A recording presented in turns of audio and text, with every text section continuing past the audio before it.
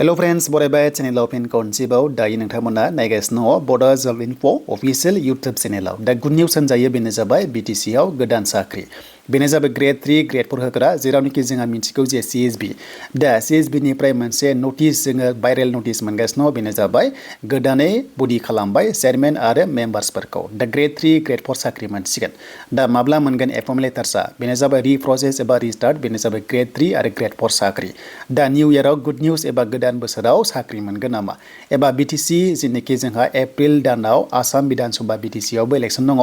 एबा आसामनि इलेक्सन दङ बिनि सिगां साख्रि मोनगोन नामा माने जों गोबां सानदोंमोन जे माने CSB गैलामोन नालाय दा CSB फैबाय जेब्ला अब्ला मोनगोन नामा जों बिनि सायाव सावरायगोन दा बेखायनो भिडिअखौ नायजोब हानाय एसेबां शेयार खालाम लाइक खालाम कमेन्ट्स खालाम आरो जाय नोंथांमोना नैबे बडो जब इनफो अफिशियल इउट्यूब चेनेलाव गोदान साबस्क्राइब खालामना ला जाहाथे लेटेस्ट साख्रिनि आपडेट नोंथांमोना बर' रावजों मोननो हायो दा जों बेयाव सावरायनोसै बिजिरनोसै बेनो जाबाय CSB बडिया नंगौना नङा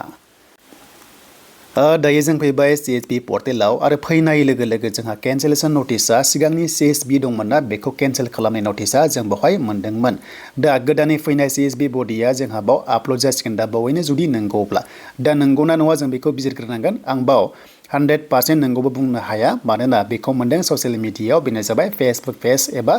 मिडियाफ्रावहाय मोननाय जादों जेरावनोखि गोदान बडी मेम्बार्स फैनाय जों बेखौ बाव सावरायगोन दा बेखायनो भिडिअखौ नायजोब दा बे नंगौना नंमारा तो नोंथांमोना बयबो कमेन्ट्सखौ खालामबानो जाबाय नाथाय आं 100% दायो बुंथ'वा मानोना अफिशियेल वेबसाइटआ पाब्लिश जाथ'वाखै जानो हागौ थाबैनो बिथांमोना होनो हागौ नाथाय बिनि सिगां मिडियाफ्राव जोङो मोननो हादों दा जियानो जा जों बे नोटिसखौ नायनो दा बे जाबाय नोटिस BTC निफ्राय फैनाय नोंथांमोना बाव नुनो मोनदों बेनो जाबाय 5 जानुवारि एबा 5 तारिख नोंथांमोना मोननो हादों एबा लेटेस्ट बियो दा बावहाय माखासे नोटिस नाम्बार दङ नोंथांमोना BTC बावहाय इशु नाम्बार दङ बेखौ नायबानो जाबाय देन बेनिफ्राय चेयारमेन तो चेयारमेना सोर मोनखो होनोब्ला बावहाय दङ प्रदीप कुमार ब्रह्म APS रिटायार माने अके स' बिथाङा माने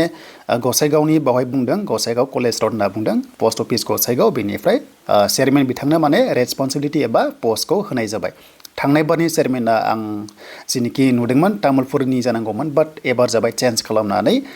बेनो जाबाय प्रदीप कुमार ब्रह्म बिथांखौ माने चेयारमेनखौ होनाय जाबाय CSB नि मेन बस हिसाबै तो बेखौ जों बाव मोनदों एन्ड बेनिफ्राय भाइस चेयारमेन तो भाइस चेयारमेन जों मोनो दीप्ति प्रसाद ब्रह्म थिग बिथाङा बेनो जाबाय क'क्राझारनि तो बिथाङाबो क'क्राझारनि भाइस चेयारमेन अके स' बिथाङा भाइस चेयारमेन सानै दङ 1 आरो 2 जाहैबाय चेयारमेना क'क्राझारनि आरो लोगोसे भाइस चेयारमेनाबो क'क्राझारनि अके जों बेखौ मोनदों सेकेन्ड नाम्बाराव देन जोङो 3 नाम्बाराव मोनदों सुप्रिया रानी ब्रह्म तो बिथाङा चिरां डिस्ट्रिक्टनि मेम्बार अके देन नेक्स्ट मोनदों जों मनज कुमार नाथ दङ बे जाबाय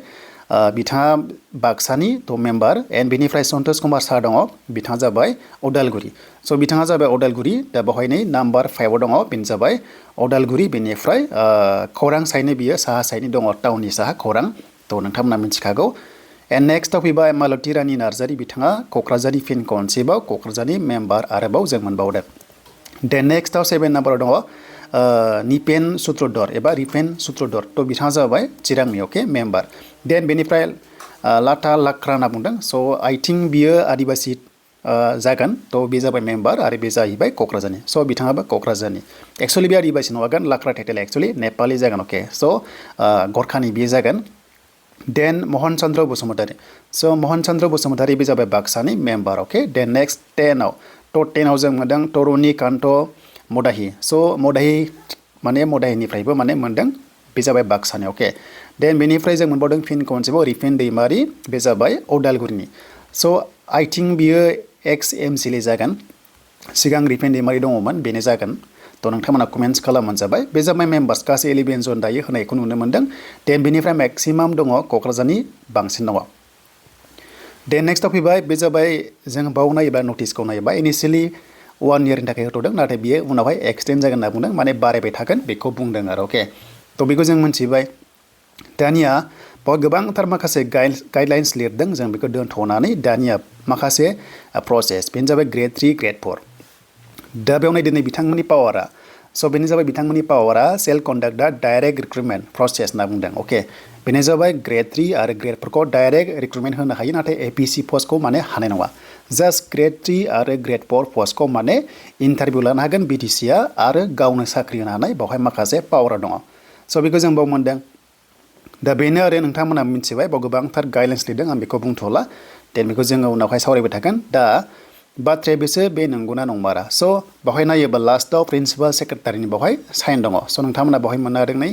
बेनो जाबाय प्रिन्सिपाल सेक्रेटारिनि बावहाय साइनखौ जों नुनो मोनदों सबसे गाहायावबो दङ बेनो जाहैबाय नोंथांमोना मोनदों